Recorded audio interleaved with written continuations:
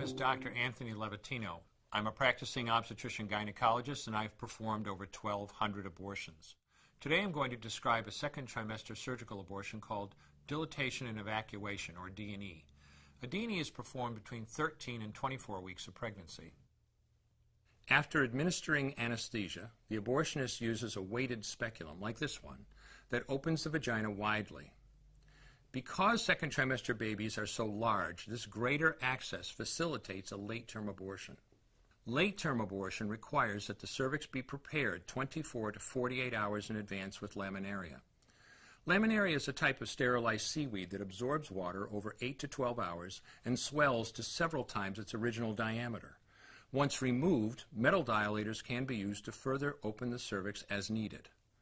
Once the cervix has been stretched open, the suction tube is placed inside.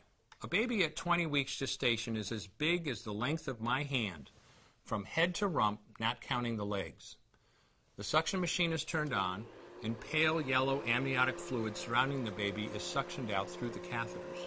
With babies this big, they don't fit through catheters this size.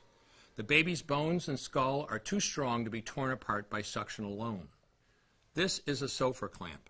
A Sofer Clamp is made of stainless steel. It's about 13 inches long. The business end is about 2.5 inches long and 1/2 inch wide, and there are rows of sharp teeth. This is a grasping instrument. When it gets a hold of something, it does not let go. The abortionist uses this clamp to grasp an arm or leg. Once he has a firm grip, the abortionist pulls hard in order to tear the limb from the baby's body.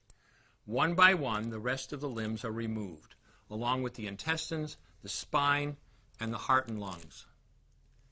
Usually the most difficult part of the procedure is extracting the baby's head, which is about the size of a large plum at 20 weeks. The head is grasped and crushed. The abortionist knows he has crushed the skull when a white substance comes out of the cervix. This was the baby's brains. The abortionist then removes skull pieces.